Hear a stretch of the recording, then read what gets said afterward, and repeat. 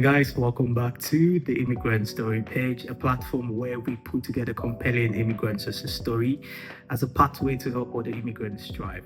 I know we haven't been here for some time, we haven't really had like an in-person kind of interview for some time. We've basically been like on Instagram, live sessions and all of that.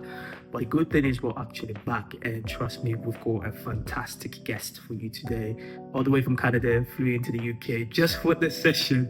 So I'm actually looking forward to it, and and I definitely know you take a lot. I know you definitely take a lot away from this conversation. But yeah, stay tuned. So hello everyone, welcome back to the Immigrant Story.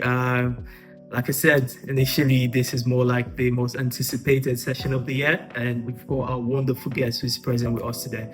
A fun fact about this shoot is that he literally flew in from Canada to come to come on to take the shoot in the UK, so which we don't take for granted. So I just want to say a very big thank you, Success, for making that time to come grace us with your presence and share your story with us. We believe your story is an interesting and inspiring one, of which I believe our audience are out there waiting to learn, hear, and probably navigate, support themselves in navigating their path as well. But before we dive into our conversation today, which is going to be centered around it's been sectionalized through your arrival period, your transitionary period, lessons you've learned through this period, and what you like to give out in terms of advice for other immigrants who's within this immigration space, for them to navigate their journey or support their pathway going forward. But before we start diving into this conversation, I'll just give you the floor to kindly introduce yourself, let the people know who you are, and we can take you up from there. Right. So thanks so much. So I really appreciate it. So I've never heard someone introduce me like that before. So just to get started, my name is Success. I typically work as a DevOps engineer for Nasdaq. So I'm based out of Toronto, Canada.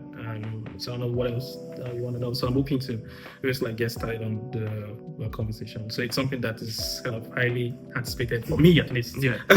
So it's pretty much great to be here, be able to share my story at last. That's great, perfect. I think Success' story is quite an interesting one as an immigrant, because he moved from Nigeria to the UK and UK to Canada. So at least in between our conversation, we might likely be doing a comparative analysis between his experience in UK and the experience in Canada. So maybe that the outcome of that conversation can actually help you in terms of your choice going forward. But yeah, like I said, stay tuned, and it's going to be a very interesting conversation. So yeah, let's jump in. Let's take a step back in terms of where all of this began. So where did your immigration journey actually start from? I believe it's from Nigeria. What sparked up that curiosity for you want to explore life outside of Nigeria? I know we can be quite generic in terms of greener pasture and definitely and all of this kind of stuff, but was your story different, or was what inspired you, was it different? So I would like to say that my story was different, but it wasn't. So just like most of immigrants, typically pretty much coming up to the UK, Canada, the US, or pretty much anywhere in the world, my story is not so much different. I pretty much worked in a bank for about 2 years. Okay. So I was in technology during the COVID era. I think for me, my immigration journey just started off because I felt like I needed to just go to somewhere that is what can I say now, somewhere where I felt like my career could have just thrive more, and I could have just thrived more personally. So I think that's pretty much the start of my immigration journey. So I was doing a lot around infrastructure then, so at the time, and a lot of global companies typically were using cloud solutions that wasn't in use at the time. So I was fortunate enough to pretty much be on a technology refresh project. I saw the use of some exciting cloud technology, and I was like, okay, so I needed. So I think because I was very inquisitive, so I had this hunger for knowledge, and I decided to come up here typically to pretty much learn more. Okay. At the time. Great.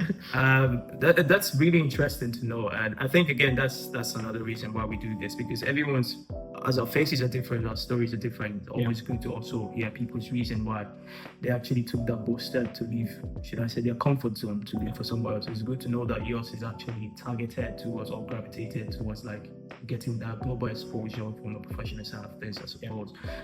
Which is good to know. So in terms of you making your first move, which is moving into the UK. What was the, let's do expectation versus reality? So you said you were leaving initially to come explore opportunity within where you're developing your career. So when you go here, what was that reality like against your expectation? Yeah. So I think my story is kind of very unique. I typically was just pretty much like very hungry for knowledge. I came to the UK first as an international student. I did a master's in cybersecurity. So I was kind of hit very quickly with the realities on ground, right? So I'm pretty sure that you're aware anyways. So I was kind of hit with the reality that most immigrants obviously like face, where you have to reset everything that you know, right? You kind of like unlearn a whole bunch of stuffs, typically just to give room for you to like relearn like most stuffs. So for me, I think again, like the same for most. So I had to quickly leave everything I know to just like pick up some new stuffs. So when you want to immigrate, so there's a lot of like theories around it. But when you come on ground, there's a whole lot of realities that a lot of people are not prepared for. It's like you having to like work and school. So most of us, when we did our first degree, all we did was just pretty much like study. So it's kind of like very different. So I think that hit me very like quite quickly, having to balance a whole lot of stuff, work, school, like religion, so it's kind of tedious and mind-bending for me, but yeah, so I was able to like go through it anyways. But it is pretty much like a shocker for me. So yeah, like the society, the culture is different, like I don't know, pretty much like the differences in culture. Yeah. I think pretty well everyone who is immigrated actually had their fair share of that of that reality versus expectation. I think it's always good you come experience reality because expectation wise we can go above. I think we exaggerate things expectation wise when we're back home, but living in the reality, it's just dawned on you that this is life. This is the reality of things. But yeah, really good to hear that. So in terms of navigating your program and looking into caving away, because most times I think that the focus is actually on, let me just do my master's. After doing my master's, I'll start looking for a job. So in terms of how your speed played out, because I know when we were having a conversation prior to this meeting, you spoke about internship opportunities that was outside your, should I say, primary background. But then it's just looking into how you transition into cybersecurity and the tech side of things more than your engineering background, like you said. So let's just go back and take it like this. So whilst you were undertaking your masters as an international student, how were you setting yourself aside to get into these international opportunities upon completion of your masters? Yeah, that's a very fantastic question. That's a very good one. That's a very good question. So I think a lot of immigrants go about this the wrong way. But fortunately for me, I think I had like mentors that were able to prepare me for this. So when people also like immigrate from their home country, typically to the far west, they think the society obviously like rewards so much of hard work. Like if you like work out enough, you obviously like able to achieve success. But that's really not how it worked. So I think for me, I had to do a lot of preparation. There was a lot of like loneliness, a lot of like planning anyway. So for me, before I left my home country, like I had like a roadmap for my life, like pretty much for the next 5 years. Of course, like 5 years. It takes a lot of that. To be honest, it takes a lot of preparation. So I think for me, I think I was well prepared for it. Like in terms of like skills, in terms of like expectations, I was like well enough like prepared for it. So I kind of like knew the background I had. I kind of knew where the world was obviously like moving into.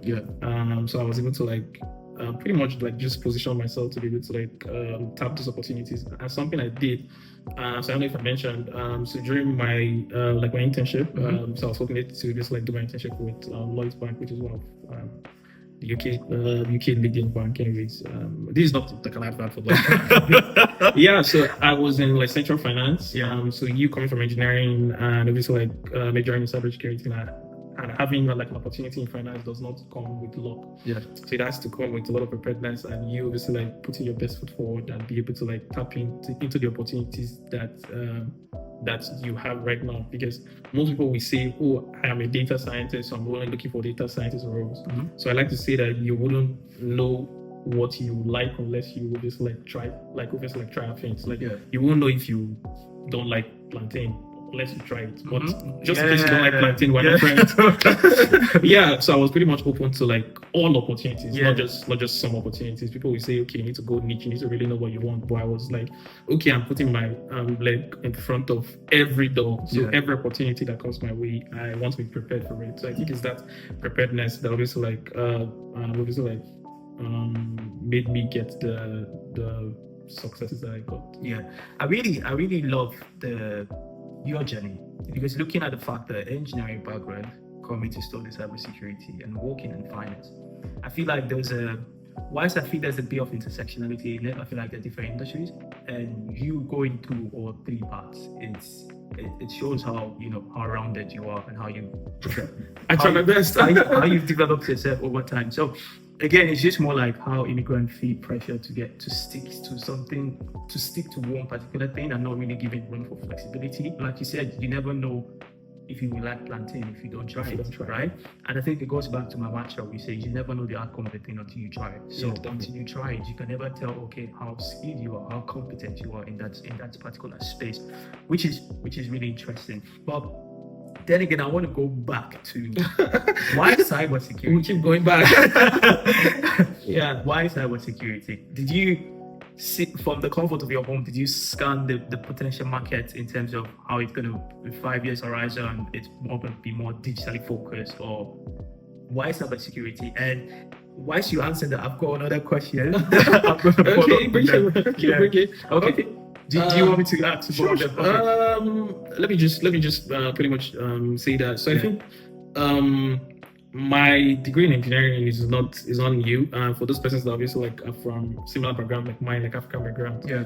So that you're a doctor, you're an engineer, a lawyer. Yeah. So I think for me, my dad always wanted to have like an engineer son.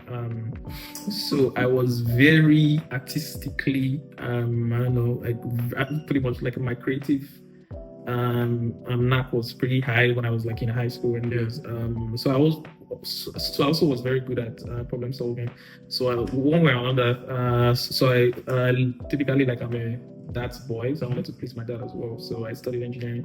But as time like went by, I typically like had a knack for like computers, pretty much like anything like technology had. Yeah. My I don't know, I pretty much had my interests, like all of my interests. So I worked as an engineer for a bit, just so you know that I didn't feel my dad. Okay. So I worked as an engineer for a bit for the government, and I just felt like it wasn't my thing. So I don't know if that makes sense. Yeah. So I just like went out to just like pursue something that I was very interested in, and I saw a very like amazing opportunity, and I took it, and I discovered that I liked it. So it wasn't as if I saw cybersecurity and I was like, I want to be positioned for that. So there was an opportunity that came up. I took it, and I discovered that I was very good at it, and pretty much 5 years down the line, here we are today. So it's not as if there's a fancy story to cybersecurity. Yeah, of course, there's a lot of like global trends with like security, cloud computing, and the likes. But for me, the opportunity presented itself. Yeah, good. That's really good to know. And I think it's gonna take me to the next question. So you've been working in this space for roughly 5 years, I suppose. So let's debug the theory of people, because I know it's quite easy for people to come into the country and want to just get a 3 or 6 months certification to jump into a space. Okay, like let's say cybersecurity. So how possible is that reality? Like coming in as an immigrant, probably doing something different for your masters and want to pivot into tech, and you decide to take like a 3 months program or a certification for you to land that opportunity. So let's debug that theory of, is that realistic or it's not? Just on the basis that people are actually monetizing this space and from immigrants saying you can do a 3-month thing and learn something in tech, and why is it possible for some, or how realistic is that? Again, it seems like I'm saying this all the time now, but like I think you really have like great questions. Wow, that's a very good question. So yeah, so I think I have like a perfect answer for that. So I think something for me that is a shift for most immigrants, like something that I did differently was I turned away from the survival mentality, right? So most people want to move into tech because it's survival for them. Like tech is trending, I need to get into something that's trending. You won't obviously find success that way from my short time that I've like lived on planet Earth. So we need to have that. So we as migrants need to have that mentality shift from survival, because the world is moving fast from certificates to skills. And it's moving so fast again from skills to like networking, like positioning. So I'm losing my kind of thought again. Your question was, can you put your question again? Yeah, so it's basically how realistic is people taking a 3-month program and landing, we're using cybersecurity for example, taking a 3-month program and landing a job within cybersecurity. Like I said, in context, why is it's possible, but how realistic it is? So I think it is very realistic. So it's not my recommended approach, but it's very realistic. So I think you can obviously like get into any field. That's what I think. Anyways, it's just my opinion. I think you can get into any field because like I did it. So if I wanted to obviously like pursue my my career in finance, probably me I would have been like an investment banker today. But yeah, so I think it's very realistic. So I just think you need to do it the right way and do it for the right reasons. So if you want to go into tech, you should do it because you are passionate about it, and not just because it's survival mentality. You think it's because it's going to give you like the right to work, or maybe it will give you like a way for you to remain in the country, right? So even if you start off with survival mentality, I think you should obviously like do it for the right reasons. And the right reasons would be that you want to be very skilled at it, right? Not just obviously like knowing the surface level, going to it, it doesn't work. Next minute I'm in data. I do data bootcamp for 3 months. I apply for a job 2 months, doesn't work. I think what's related software development, so this is very realistic if you put your mind to it. I think every field like pays you.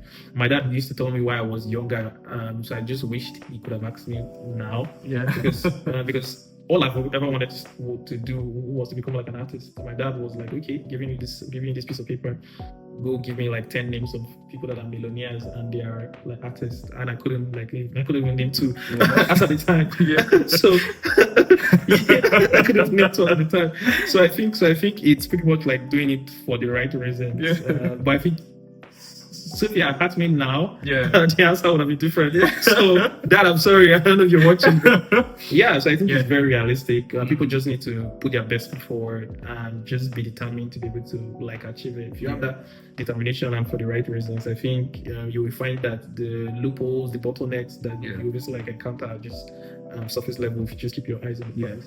I like the fact that you said if you're determined and for the right reason, because I did ask this question based on the fact that it's becoming, the certificate thing is becoming like a money economy on its own. The world is moving from that. So people are setting up so many boot camps that you can do a 3-month thing and just transition into one career path or the other. Why is that? I did say it's possible. I think she just buttressed on that in terms of if you're determined and if it's something you really want, so it's achievable. But thank you again for just clarifying things in respect to that question. So I think our next question is going to be, with your time in the UK, because very soon we're going to start jumping into the Canada space. With your time in the UK, what would you say was the most challenge you encountered, and how did you navigate through that process? Just for someone who might likely be in the same situation that you're about to talk about, they might just get a solution from you if you have this, conversation. So is it okay to say like I never had any challenge? No, of course. It's okay. Of course, it is. Yeah. Okay. You're trying to Put it on yourself. You don't know. But yeah. Yeah. I think for me, I think the UK, like my experience in the UK was it's pretty great. Yeah. It was. I think it is pretty great even right now in the UK as well. I think for me, I think the only challenging bit that I had like here in the UK was like obviously like navigating to like the skill worker route. Yeah. So even if I never got to that point, but I was obviously like getting prepared for that. Yeah. So I think the trick like I used as at the time so even if I never pretty much like got to use it, was like early preparation. So I will always emphasize on online preparation. So I think when you are an international student, time travels very fast. So you know that like your program is a year, you have people study for like 18 months now, but then it's 2 years. So it travels very fast. So the only challenge I have was obviously like managing the time, right? So what I did was obviously like to just start doing stuff on time. So you were laughing as when I said like I had a 5-year plan. So yeah, as much as me, like the way I was able to navigate it was to plan in advance. So me obviously like moving, which we'll get to like shortly, did not obviously like start pretty much in a jump. So I think for me, I think the most difficult part was just like managing time. Like I don't know, like time just travels so fast in this country. Yeah, 100%. Yeah, wait 24 hours is not enough time. Exactly. I think I was saying the same thing to someone like, is it just me? Or... because back in Nigeria, back home, like time like the day is so long. Yeah. But yeah, before you know. So again, it's making me think, okay, is it because you're really quite engaged during the day and you don't know how much time passes by? Yeah. That when you decide to take like stand up and go for a walk, you're observing that it's really late and stuff like that. So I don't know, but I just feel time work differently in this country. But it's good to know that you didn't encounter any, most people want to be there. Yeah, trust me. I didn't like have so much like challenges in the UK. So I actually like loved it. Yeah, I don't know. Okay, that's good. And I think in terms of way navigating into our next question, you've actually said building that foundation.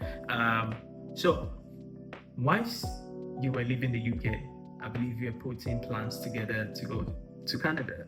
I just want to understand your rationale towards that, and when did that thought process began, and what paths did you take to navigate that movement? Yeah, so I think the elephant question is finally here. So I think for me, like moving to Canada, it's something that I've always like wanted to do. Because when you want to think about scale, you think North America. And I'm so sorry right now. Okay.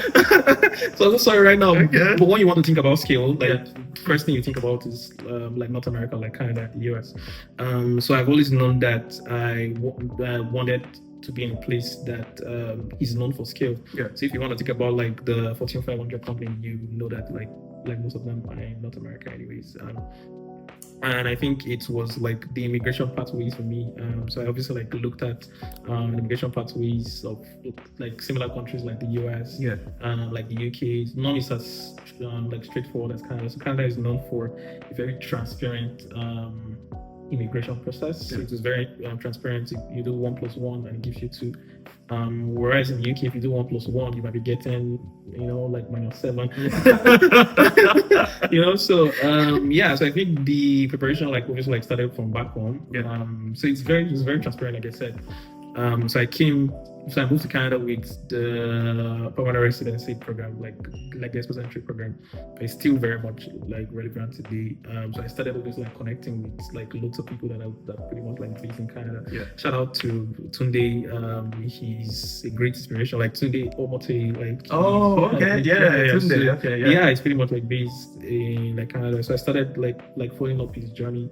So this plays a role for like mentorship. So it's something that like I know like I would have done differently. Anyways, like so I started like copying up the whole of like Nairaland trend. I would start up with Nairaland. I start my day on Nairaland, I end my day on Nairaland.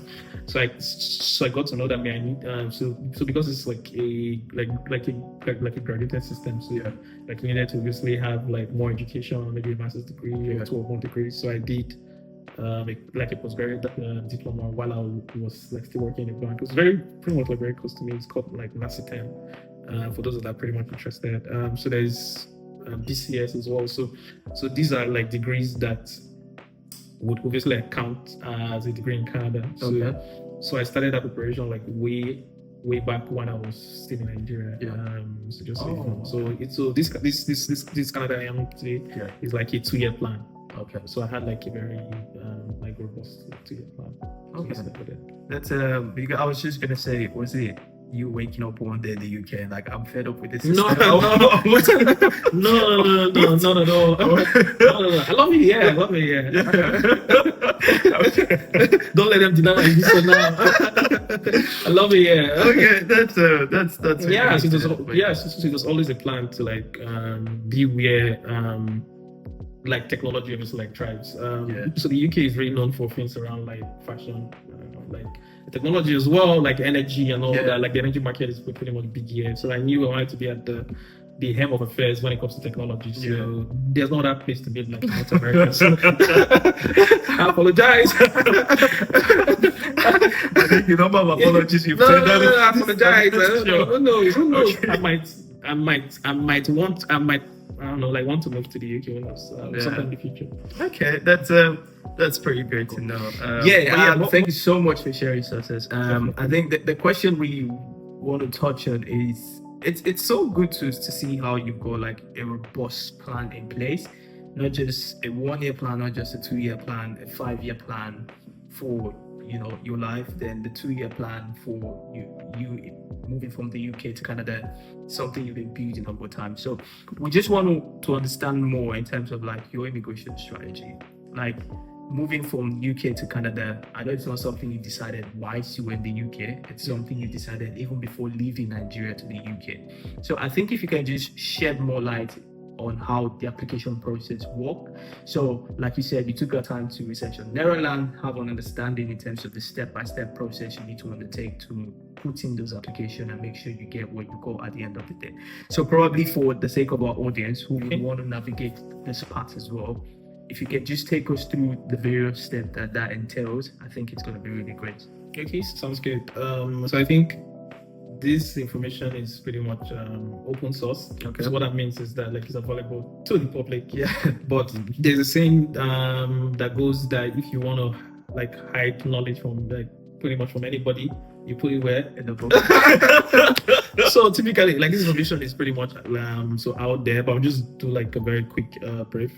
So I moved as a permanent resident. So I applied for like the famous Express Entry program. So right now, so I think it's to be strategic about it. So the information is available to everybody, but you obviously have to use strategy. So right about now, I think Canada is prioritizing a whole lot of like healthcare workers and French speakers, right? So you need to be very intentional about these things. For the last couple of drills, we saw that the French speaking as a category is like their scores are very low. So what that means essentially is that because it works with like a graded system, so there's point for age, point for education, point for like education in Canada. Like most immigrants in the UK would not obviously have that. So it's a graduated system. So like I said, it's very transparent. So the government made it very easy. They made a tool called CRS calculator. Okay. So what that tool does essentially is that you're able to simulate your potential of becoming a permanent resident in Canada even before you start the application at all. So what that means essentially, it's a free tool. Probably we can like put a link on somewhere. So like you go in there, like so if you are less than 30, so you get the maximum point for age. So Canada is really after young talent, very young talent. So I'm glad that I'm not moving to Canada right now. So Canada is really like looking for like very talented people, because for every year after 29, that means from your 30th birthday you start losing 5 points. So your 31st, 10, 15, and so on and so. So the more you age, the more the Canadian dream is running away from you. But you can be strategic about it by obviously like looking out for what Canada obviously needs, because as I time I came in, the program was a little bit different. Then it was just point based, right? I think my score then was like 462, so I could obviously get permanent residency. Right now, I'm not sure if you don't have like in the 500s, you'll be able to get it. But we've seen draws in the 300s for French speakers.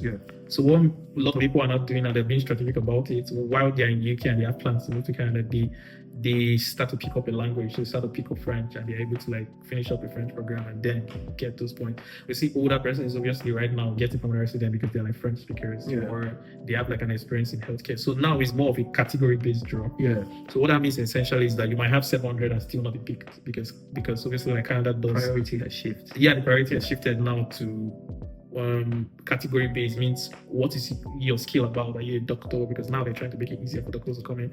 So are you a doctor? Are you a tech person? So then it was, even if you were a fisherman and you had like 460 and the draw was 460, you automatically pretty much if you're on your road to becoming a permanent resident. So I think so I like to tell a lot of people that I obviously mentor, I say the only part you have to play right about now is like whilst you're in the UK, even in Nigeria, is the only part you have to play is to basically do like a language exam. Like that's the only active role that you have to play. It is that transparent, unlike the UK where you have to look for an employer and then have to see sponsorship, salary ban and all that, a lot of ethics. You just have to pass language, like a language test, which is basically like passing like an IELTS. So I wrote mine like back home in Nigeria, or or the French exam, because if you have a master's degree already, you just need to do West for it. If you don't have a master's degree and you feel like getting a master's degree is super expensive, you can as well do it back home instead of spending like £1 billion, like £1 billion up here. You can as well like finish it up back home, because like Canada doesn't do this degree is preferred because it's UK, even if you have a Nigerian degree. So I never had a UK degree before I moved to Canada. Oh, okay. So I was literally still a student when I moved to Canada. Okay. so typically, what I use is obviously like my Nigerian education. So your education is important, be it from wherever. So Canada is that transparent. So basically, you have your education on lockdown. Your age is 30 or less. Even if you're older, you can obviously make up for it. So go on your CRS calculator, you calculate your score. Look at, so Canada publishes the scores so I think they do draws every week, every 2 weeks, I think Tuesdays or something. So the scores are published, they tell you which category was obviously done. So it's very easy to just like use that data to like plan out your strategy. I'm not saying exit strategy. So I think that's like a brief rundown. Education, age, your pretty much your work experience remains your work experience. So if somebody is saying we're doing draws for healthcare workers, and you've had like experience in tech for 16 years, I'm not saying you go take a job in healthcare right now. I'm just saying just be strategic about it. Like the data is everywhere. That really makes sense. I think it's more like when people say follow the market, so you know what the country needs right now. So I think it's going to be ideal and advisable to target those areas to make things more easier for yourself if that's the path you're looking at in terms of moving to Canada. So but thank you very much for sharing. I want to circle back a bit on the basis that before we sat down today, we had a catch up one time and you were saying something about don't come to Canada without a job. Don't come to Canada. Definitely, I can remember that one. Don't come to Canada without a job. So I want to understand why. Why is that? Because if you're getting into a place with a permanent resident, which to some people that's like the top priority without considering any other thing, why would you say? It does make sense because definitely you have responsibility to cater for, but maybe outside of that context, why would you say don't come to Canada without a job? So I think you're using my words against me on that one now, but it's pretty great. So I tell it to pretty much everybody, whether you're a permanent resident, or not. Anyways, I tried to say come to Canada with a job. So the thing is, a lot of people don't say this, but I think not the entirety of Canada, anyways, because I think most immigrants have this thing where you want to move to like the very commercial area. So Canada is no different. I think as of when I moved to Canada, we were less than 40 million. Now I think we're just above 41 million, and for that 41 million, we have about 16 million. So Canada has about 10 provinces and 3 territories. Forgive me if I'm getting it wrong, but I think I'm correct. I'm getting to know that. Yeah. So of that, let's say like 13 entities, right? For a country that has 41 million people, 16 million people live in Ontario. So 16 against 41 billion to live in Ontario. So what these people are chasing is the economic benefits, which is unfortunately like concentrated in one province. So when that happens, it makes there's typically like inflation. So Canada, in a nutshell, is, I'm gonna say Canada again. Ontario is very expensive. So for immigrants that are just like targeting to like pretty much just coming, settle in. Yeah, you can move to other provinces, like take your time, to settle in and all that. But if you are chasing the same thing like I was, if it's like chasing pace, chasing, like the aim of affairs to be able to like be in the center of like North America. I think the best approach would be to get your permanent residency first and apply for a job before you move to Canada, because Toronto is expensive. I think the Canadian housing market should be one of the most expensive housing market in the world. I'm not saying in North America. I'm not saying like our house like compared to London. What? It is expensive, like more than London. I can tell you for free. It is expensive. It is very expensive. So that was my approach as well. So I got my permanent residency sometime around, I don't know, like my COP or like a confirmation of permanent residency, anything sometime around July or something. So I took like the next 3 months to just like prepare and pretty much land the job. So I only applied for 2 jobs. So that's what people tell me that they're trying to get permanent residency, because I think we're having a conversation, like, like the piece that comes with it. I'm like, so I've only had like 1 job for the last 3 years. So it's pretty much the same thing, So I have the opportunity to like change employers, but I'm not changing employers because I just feel like you only need that one opportunity and that one job, right? Anyways, that might mean that I am a lawyer, right? but then again, it doesn't play out like that for everyone. Like I said, most companies experience redundancy, and if you get caught up in that net, I get you. So that's why I said that piece comes in, because even if you experience redundancy as a permanent resident, you can easily move to a different company or make an application to another company, I suppose. But if we bring it down here to the UK as a skilled worker, if you experience redundancy, you're given just a limited time to look, maybe 2 months to look for another job, or it makes perfect sense. You get on the risk of going back home because you're losing your sponsorship over time. So hence the reason I said that piece. It makes sense. It makes total sense. So I will still emphasize to just like get a job for you come here. So just plan that. So I got that around August, September, but I got my job in like December. So I was pretty much, I only applied for 2 jobs. Luckily enough for me, so I got both. No, as what I mean is that you can obviously like start earning money on the first day you move to Canada, rather than obviously moving to Canada, then you are hit with the whole surprise that we're always talking about. Then that now forces you to just like go into survival mode. You just want to do something to keep up with bills and all that. A lot of people get caught up in that way. So I would say pretty much stay in your comfort zone. You can make a curriculum vitae. I don't know, like technology has pretty much gone anywhere right now. You can actually be applying for jobs like you are in Canada. There is no reason why you need to be like physically present, because interviews are pretty much like online and the like. So pretty much got the job around December, and they were kind enough to wait for me to resume in February. So so you see why I'm loyal. So I think if it is possible, right? Let's say you don't have any circumstances that will make you to move to Canada without a job. I would like to say, if you get a permanent residency, just make out a plan. It's possible to land a job before moving to Canada. It is expensive, very expensive. Yeah, thank you. Because I actually have friends who are navigating that part right now, like moving to Canada from the UK. I think this is going to be really informative for them. Yeah, definitely. Quite a lot of takeaways for them to pick out from this conversation. But thank you for sharing. So my next question is going to be, I know you did said you never really had challenges while in the UK. Yeah, So I want never. I want to understand if that was the same case or status for you in Canada. If no, it's fine. But if it's yes, we would like to really understand what the challenges were and how you navigated your way around that. I know you did spoke about the mentor kind of a thing that was instrumental for your journey. If that is also like an advantage you succumb to while in Canada in navigating those challenges, it's still gonna be great to know as well. Yeah. So with regards challenges, where's the camera? Okay. So it all started. While I was 4 years old. We didn't have so much food in my house. Just looking at it. Like, anyways, yeah. So I think Canada comes with its own challenges. So it's kind of like very different from everywhere else in the world, where employers also like prioritize the Canadian experience. So I know I don't know if you've heard of it, but it is like a thing, anyways.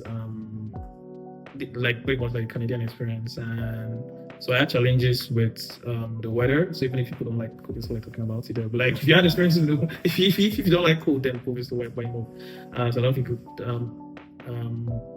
it is said enough, but yeah, pretty much I had lots of challenges with the weather. I had challenges as well with time zones, so it's something that you guys obviously like enjoy. It's something that you guys obviously enjoy. Yeah, you guys obviously enjoy with like your friends and family, even within the same country. Like within Canada, there's a lot of time zones. Yeah, I did hear that. So what that means essentially, your relationships with people obviously like change. You have to have that cultural shift for every time you want to call your friend. You need to ask yourself what time at the end, even if you live in the same country. So that obviously affects like networking as well. Like you want to obviously connect with somebody like after work, but that person is already obviously like sleeping. By the time you close up work and all that. So I had a lot of like time like figuring those things out. So I think that's like the Canadian experience. To be honest, I think it is beautiful, but it was very different for me. Navigating the job market is not something I have so much experience in. Yeah, because like I said, I just got a job before you left. Yeah, pretty much got a job before I left. Experiences for me, like, so I think the money culture, like pretty much like the culture is different. Yeah. Why in the UK, like you guys don't have like so much like tipping culture, but in Canada, like in America, like tipping is mandatory. Yeah. So feeling around like money, so I had to pretty much like quickly learn how to manage my money better. If not, you might just start tipping away and you lose everything. Like tip off your life savings. Yeah. So I had like financial struggles. Yeah. I had emotional troubles as well when you are away. I don't know why you're smiling. Like when you're away from like family and friends. Yeah. So I have like most of my siblings up here. Yeah. So you have that like challenge as well. It is a thing when people say like seasonal depression. A lot of people say seasonal depression, but it's really not a UK concept. It's like a concept from back home as well. Because like we're very integrated, like into our families and all that. Like so I don't envy people that raise kids up here, to be honest, because it is tough about third party experiences. Yeah, so I can go for days talking about like challenges. These are typical challenges that every immigrant faces, unless there's a particular one you're interested in. To be fair, not really. To be honest, because I haven't lived the experience, so I cannot really tell. Do you get what I mean? But yeah, that's great. I think in a way you've started touching on my next question, because definitely this was something I was looking forward to. Like I said, we were going to do like a comparative analysis in terms of nice. both countries. Nice. And I think you've basically touched on the first question, which was now that you've lived in both countries, what are the biggest difference between the UK and Canada? I think one thing I could pick from what you said is, despite the fact that you're living in Canada, the time zone varies with cities as well, which is crazy, I suppose. So, but outside of that, what would you spot as the biggest difference? Why she didn't mention weather in terms of the challenge you face? I would want to think that you lived in the UK, it can be cold here, but sometimes it can be times 2 back in Canada. But I think outside of what you've mentioned in terms of the challenges, which could stand as the difference between UK and Canada, what other thing can you place in this category? Yeah, so I think Canada and the US have don't know why I like saying the US. Canada and the UK. So I think they are very distant in two different ways. So if you talk about like the job market, I think the job market in Canada is more competitive than the UK. A lot of people might beg to differ, but I think it is because the way so we have about 10,000 highly skilled people coming into Canada every day. Again, like not every week. 10,000 highly skilled permanent residents are coming to like Canada every day. And these every day, and because right now we're trying to get like 1.4 million people in within the next 5 years. So what I'm missing essentially is that like a lot of time the UK talk about like net migration, and I often wonder what you guys are talking about. So you have these very highly skilled people, young and vibrant, like the work culture is different. So when I used to like work at Lloyd, you would see like pretty much like older persons. Okay, let me just give you this instance. When I was at Lloyd, on my floor, so I was the youngest person. So I used to be teased a lot of like, youngie and all that. Right? I can tell you for free that right now, like on my floor in Canada, I should be one of the oldest persons. Like you don't think so, right? Like we have people that are 22, they're already like senior directors. We have people that are 23, they're already SVPs, right? Like in a multinational company. And in the UK, it's more laid back. So like the work culture is kind of different, whereby you can like sort of in the UK has like an age limit for like job specific. Canada doesn't really like has officially explicitly like right, but like the UK you can see somebody that is on 55 person is trying to transition to tech.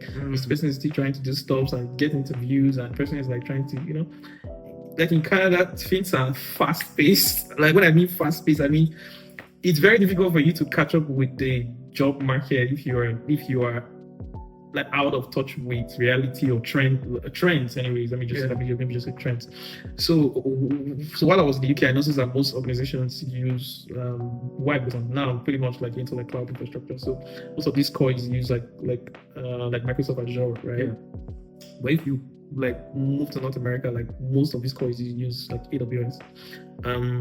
So I would say for one that the UK has a very laid back technology culture. They're like more into like legacy solutions, solutions that have been tested and trusted. Let's just keep holding our legacy and all that. But we can't, like in Canada, because of how how close we are to the US. So I like to say that like the Canadian job market is just an extension of the US market. So what I mean essentially is that as you see trends moving, people are trying to catch up with trends, while some people are the ones making these trends, right? So in the job market, I can tell you for free that as Canada is like a leader in terms of like technology, like in the market. So that's like a very major difference. As in culturally, very different as well. Typically, I just remember anytime I just move into intro. So I'm not going to say what's on your mind. When I move into intros, I just get a different welcome. I want to hear what's the different. I just get a different welcome. So the culture is very different, and I always like the houses, what they call it, the size of houses it's kind of different, like pretty much in Canada we have like bigger spaces. Like the energy needs consumption typically, because we have like loads of isn't renewable energy now. Not like non-renewable energy, means like pretty much like oil anyways. So the energy bills is very on the low side, while in the UK is outrageous. So there was something I was about to say, but I don't want to say it. Because I remember you're an energy expert. If I say it, it seems like I'm wasting energy. We don't want to dive into that space, but we don't want to start looking into the sustainability side of things in terms of how countries are adapting that. Because you just saying, no, I'm just saying but I didn't want to go there. But I think just for transparency purposes, but I think the UK is like a leader, like in terms of like energy, the whole net zero and decarbonization market. Like the UK is in a way, but so I can give that to you guys. 100 to 1. But cool. That makes so much sense. I think some of what you mentioned I was quite familiar with, but it's also good that I think the best thing, like one important thing for me, and why I keep doing this all over is how I tend to learn through the experience, learn through the conversations I'm having with my fellow immigrants, understanding their journey, see how they've navigated that journey, and how I can take on some things from that to implement in my own life, even whilst being an immigrant as well. So that's really interesting to know in terms of that comparison. But another question in that category is going to be, once I know you said you've worked in one organization, let's look into opportunity-wise. Which of this, based on you've lived in both countries, which of this presents the most opportunity? I know you might want to say Canada in the sense you don't know my answers yes, yet. no, I said I know you might. So that might. I'm going to prove you wrong. On the basis that you said, okay, it's pretty. In terms of adaptation, they're very fast looking at, like, in terms of how the US do things, it's almost like replicated within Canada. But you might beg to differ and say, no, that's not just like the way you wanted to, counter me earlier on. But yeah, the floor is yours now to counter me if you want to. Go So if you were trying to also like transition, let's say like your main aim is obviously just trying to transition, and you have like the correct like right to work in the UK. I like to think that navigating your journey as an immigrant is oh man, I can't believe I'm going to say it, is obviously like easier in the UK. I will tell you why. Okay. Right. Yeah. Right. So I'll tell you why. So when we were doing like our what do you call it? When I was obviously like doing my master's degree. Yeah. We didn't have like the concept of AI like we have. Yeah. Now, right? Yeah. And right now you're seeing like we have a lot of like AI boom right now, right? Most of these booms we know where it's coming from. Right, obviously, like it's coming from North America. So you are fascinated how the job market, like within the AI space, is saying that okay, we're looking for like a principal engineer, we're looking for like an AI expert. And for you, you're like, okay, like this AI, we just started like becoming a thing like 3 years ago. So how come we have people that are principals, people that are experts, right? You can only see that in North America. I'm sorry.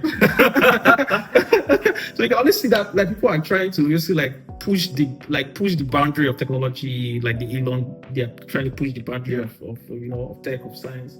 But if you want to obviously like say, okay, I just want to transition into something that's already existing, or I want to move into business analytics, I want to move into, so I think it's easier here. Why? First things first, I think a lot of people immigrate while they're a little bit older, right? And I think the UK is great at it, where you don't have like an age restriction when it comes to those stuff, and it's less competitive because the opportunities are there. Like I have a lot of my friends now obviously like joining the civil service, like free and fair, straight down process. You don't even need to have like the qualification in it. Like you obviously see it on the job advert to say, oh, you don't need to have this. At least these are like government jobs.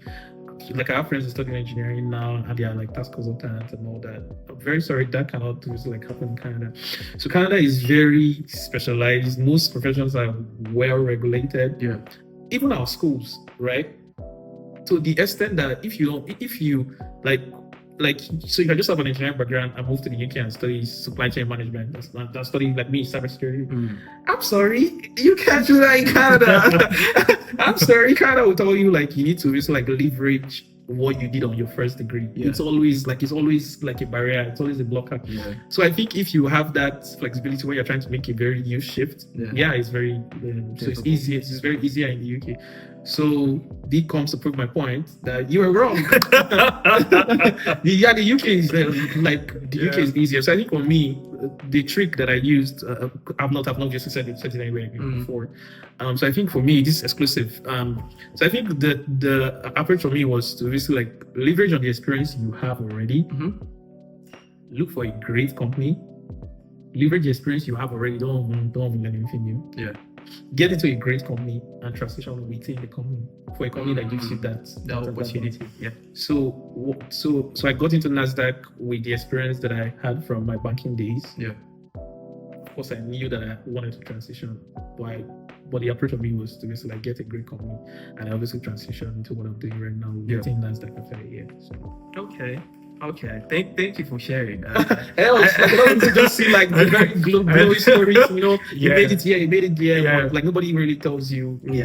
I know you ended up picking the UK against when I said Thank God I said might. I never said Canada. But for Yeah. me, I feel like Proved you wrong. I feel like it's a 50-50 thing on the basis that you said that the opportunities is here in the UK, but when it comes to Like you trying to just like Develop- transition, yeah. you cannot become an expert while you're trying to transition. Yeah. But if you know you want to become an expert, you know that you're an high flyer, you want to be where things happen, of course. Like, so that's what I'm gonna say. It's 50-50. Mm. So, Okay, it's a win-win.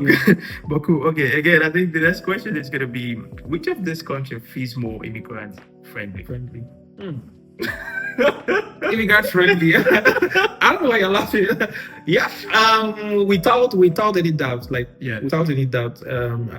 So I think a lot of people will still say the UK, maybe because the British pound is way higher.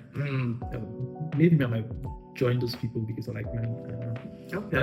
But I think on a serious note, like joking apart, I think Canada is pretty great. Like we have a very transparent immigration taxation. It's very easy for you to just like get permanent residency. So from day one in the country, you have that stability. You don't have to struggle, through lots of stuffs before you get to your destination. So I think for me, I think the right answer would be Canada. So I chose Canada for a reason, anyways. As Canada is home, like raising kids is better. I'm sorry to say, like family life, is I don't know, it's just amazing. Family life, in terms of like opportunities. When you talk about like global opportunities, so I would like to say Canada, anyways. Okay. So Canada wins that one. Canada wins that one. Okay, cool. Okay, since it's 1-1 now, I suppose, so I need one to win. So I'm gonna ask It you. doesn't have to be like that. I'm gonna ask you this last question. So this last question is gonna be so you mentioned that life is actually fast paced. Yeah. Like being in Canada. Can you explain that? I want really, because for me, I feel like it's more of the same thing here in the UK. Like people are just moving, like every single day, things are happening back and forth. But you said that seems more in Canada in terms of like being fast paced. If you can shed more light on that, and let's see who wins this comparison. Yeah, so I don't think anybody's going to win, anyways. yeah. To be honest, I don't think anybody's going to win. I just think the fast-paced thing comes with how youthful the migrant population is. We see a lot of people always like come to the UK and they move move while they are older, like moving with their spouses and all that. You see a lot of people like moving to Canada, but they're moving like as like singles and all that.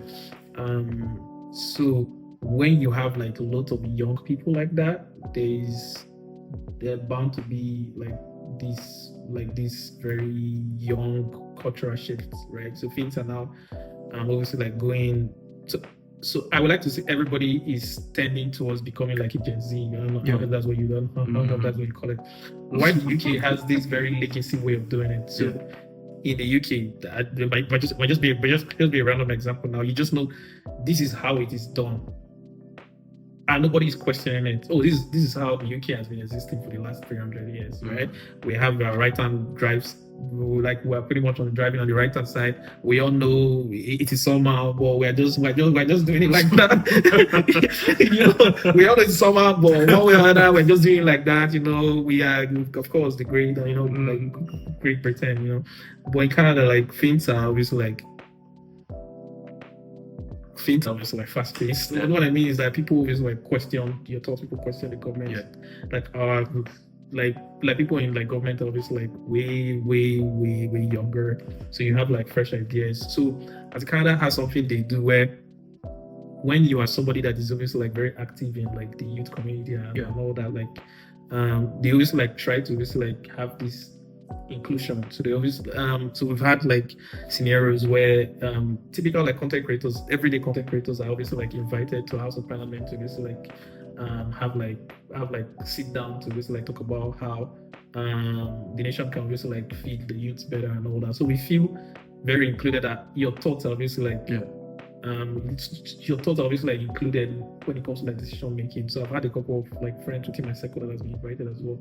So you feel that inclusion even while you are young and vibrant. The government wants to obviously like include you in whatever they are doing, and you can obviously like see those results instantly. So maybe I was just talking about something like within the next 2-3 months, you're seeing like a policy that's obviously like obviously like Bringing changing, that you know, inclusion, why the UK is more like legacy. This is how we've been doing it for 300 years.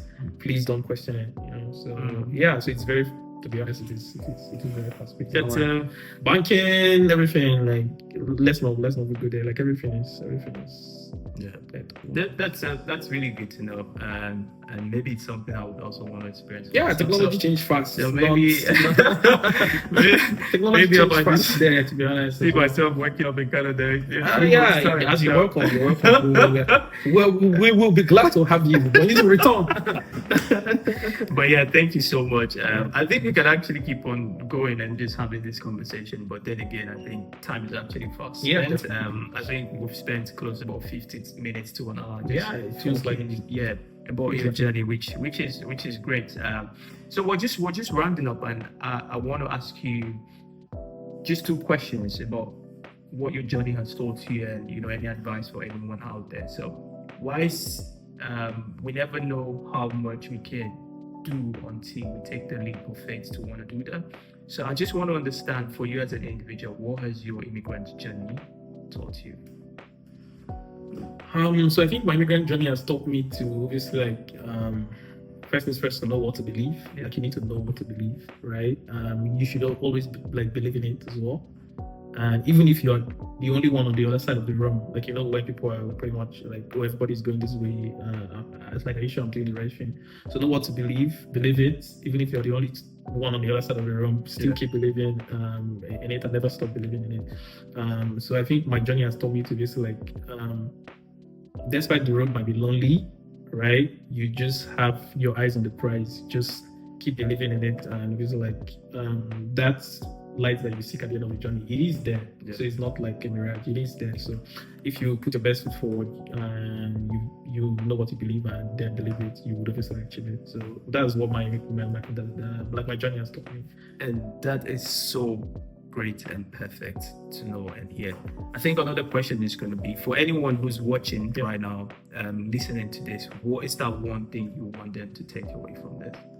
One thing. I know you said a lot. I've taken quite a lot from this already. I have learned a lot from you as well. So I think for me, I think it's just to basically like kill that survival mentality.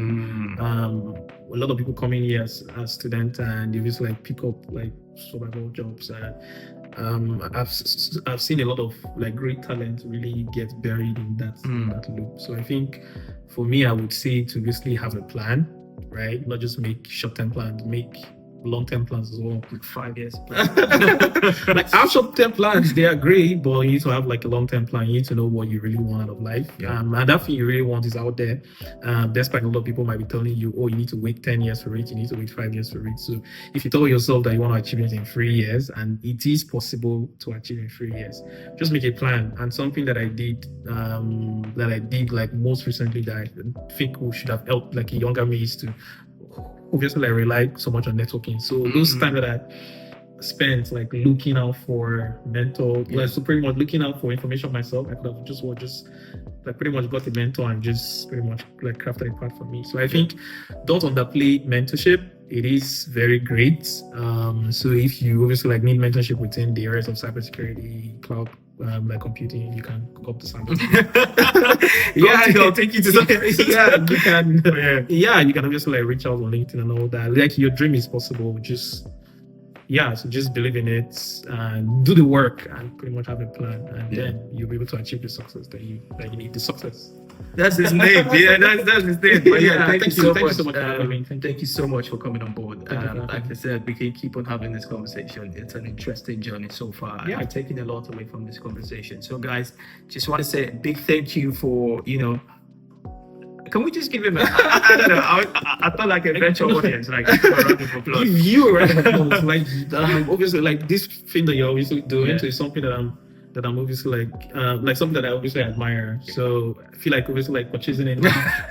Yeah, it's like obviously like a platform to share like experiences with someone out there that's obviously like crossed about something. Yeah. So I think it's an excellent purpose, mission, or whatever you call it, and I'm happy to be part of it. Yeah, thank you so much for being part of this mission. Like I said, your story and your journey is going to be an inspiration for someone to make that move, and hopefully we're going to hear a good testament out of all of this. Hopefully. Thank you very much for watching, and guys, endeavor to share, endeavor to subscribe, endeavor to like, endeavor to comment, guys, endeavor to make recommendation. But yeah, thank you so much for sticking to the end, and see you in the next one. All right, cheers. We should do that thing again. The bye-bye. Okay. Okay. Why should we do it again? Because I want to say the like, share, and subscribe. Okay. Guys, I need you to like, share, and subscribe. Yeah, and make recommendations. I recommend this channel, guys. We're doing a pretty good job, and we want quite a lot of people to see it, hear it, and get testament out of this. But yeah, thank you very much, guys. I'll see you in the next one. Bye.